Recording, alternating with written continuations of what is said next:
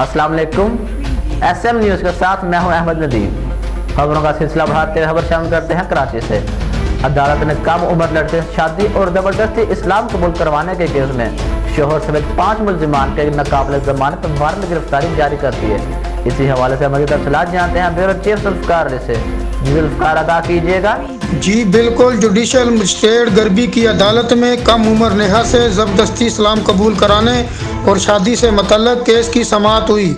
अदालत ने नेहा से शादी करने वाले मुलज़म समेत 5 दीगर मुलज़मान के एक मरतबा फिर नाकाबिले ज़मानत वारंट गिरफ्तारी जारी कर दी है और मुलज़मान को गिरफ्तार करके 15 नवंबर तक अदालत में पेश करने का हुक्म दिया है।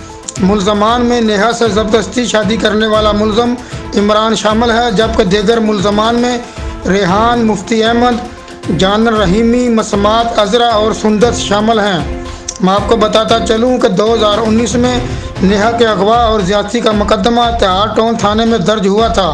नेहा ने अदालत के सामने इस्लाम कबूल करने से इनकार कर दिया था, जबकि मुतासरा लड़की की उम्र भी उस वक़्त 13 साल होने का इंकशाफ हुआ था। जी बहुत शुक्रिया जुल्फ़िकार तफसीलात से आगाह करने के लिए।